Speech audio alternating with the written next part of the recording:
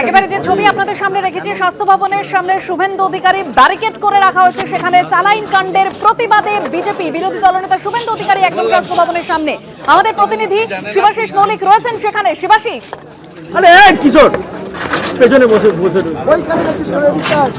রশ্মিতা, এই মুহূর্তে আমরা যে ছবি দেখতে পাচ্ছি, শুভেন্দু অধিকারী তিনি এসে পৌঁছেছেন স্বাস্থ্য ভবনে এবং স্বাস্থ্য ভবনে তিনি এসেছেন রিঙ্গাল ল্যাকটেড যে অভিযোগ, রিঙ্গাল ল্যাকটেড স্যালাইন কাণ্ডে বক্তব্য রাখছেন শুভেন্দু অধিকারী। যে ছবি আমরা দেখতে পাচ্ছি, তিনি ভিতরে ঢুকছেন স্বাস্থ্য ভবনের দিকে। আগেই জানানো হয়েছিল এমনটাই জানিয়েছেন বিরোধী দলনেতা এবং তার বক্তব্য অনুযায়ী গতকাল রাতেই তিনি জানিয়েছেন এবং জনপ্রতিনিধি হিসেবে বিধায়কদের নিয়ে স্বাস্থ্য ভবনে শুভেন্দু অধিকারী এসেছেন তার অভিযোগ নথিবদ্ধ করতে। 15 জন মতো বিধায়ক তার সঙ্গে রয়েছেন। ব্যারিকেড করে রাখা হয়েছিল বিধাননগর সিটি পুলিশের পক্ষ থেকে। যে ছবি অপূর্ব মাঝিকে বলবো একটু ছবিটা দেখাতে।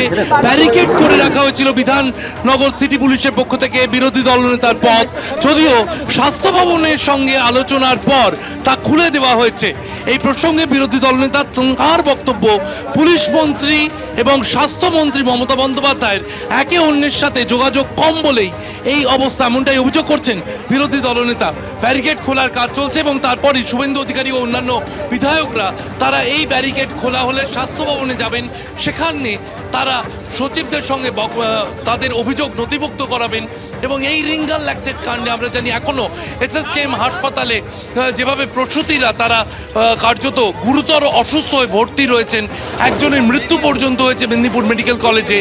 এই যে স্যালাইন রিঙ্গাল ল্যাকটেড, যার বিরুদ্ধে এত অভিযোগ উঠে আসছে, কেন আগে থেকে তৎপর হয়নি স্বাস্থ্য মন্ত্রক, সেই প্রশ্ন কিন্তু বারবার বলছেন শুভেন্দু অধিকারী। এবং আমরা যে ছবি দেখতে পাচ্ছি, ব্যারিকেড খোলা হলো এবং বিরোধী দলনেতা তিনি এগিয়ে যাচ্ছেন, ব্যারিকেড খোলা হচ্ছে। শুভেন্দু অধিকারী তিনি সামনে রয়েছেন এবং একাধিক বিধায়ক তার সঙ্গে রয়েছেন, অমরনাথ শাখা রয়েছেন আমরা দেখতে পাচ্ছি এবং একে একে বিধায়কদের নিয়ে কিন্তু বিরোধী দলনেতা তিনি এগিয়ে গেলেন স্বাস্থ্য ভবনের দিকে।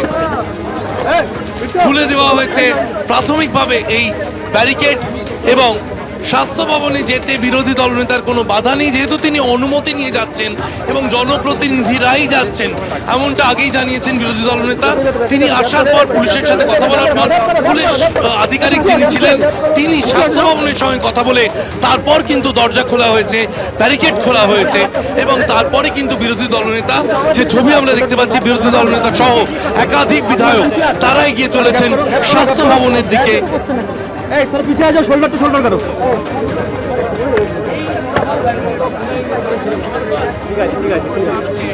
একাধিক সরকারি মেডিকেল কলেজে কেন এইভাবে থাকবে একটি বিপজ্জনক স্যালাইন এবং বিপজ্জনক অবস্থায় কেন থাকবে, সেই প্রশ্ন কিন্তু একাধিকবার তুলেছেন রাজ্যের বিরোধী দলনেতা শুভেন্দু অধিকারী।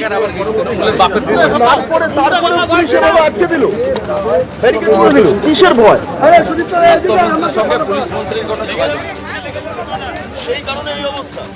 স্বাস্থ্যমন্ত্রী বলছে আসুন দেখা করুন, পুলিশ মন্ত্রী বলছে আপনার অনুমতি ছিল, বললাম তো স্বাস্থ্যমন্ত্রীর সঙ্গে পুলিশ মন্ত্রী যোগাযোগ।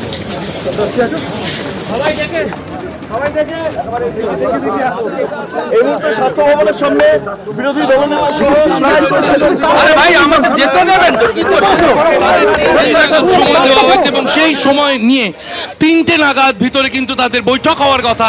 যে স্বাস্থ্য সচিবদের থেকে যেভাবে সময় চাওয়া হয়েছে এবং সেখানে কিন্তু সময় দেওয়া হয়েছে বিরোধী দলনেতাকে, তিনি এসেছেন বিজেপি বিধায়কদের সঙ্গে নিয়ে এবং তাদের 3টে নাগাদ সময় দেওয়া হয়েছে। সেই সময় অনুযায়ী কিন্তু বিরোধী দলনেতা তিনি ভিতরে ঢুকতে চাইছেন, কথা বলছেন বিধাননগর সিটি পুলিশ আধিকারিকদের সঙ্গে। আমি ট্রান্সপোর্ট মিনিস্টার ছিলাম, আমি ইরিগেশন মিনিস্টার ছিলাম। ডেঙ্গুর আগে এখানে মিটিং হতো, ইরিগেশন দপ্তর থাকতো, জল যাতে জমা না পড়ে। এত ভয় কেন? একেবারে মৃত্যু, চিকিৎসকদের গাফিলতিকে বড় করে দেখতে স্বাস্থ্য ভবন কেন?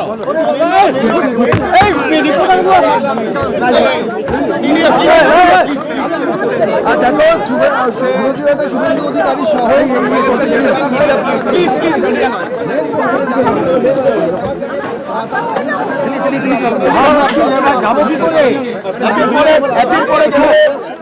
যাচ্ছেন এবং মিডিয়া প্রবেশ করছেন, নিষিদ্ধ করে দেওয়া হলো।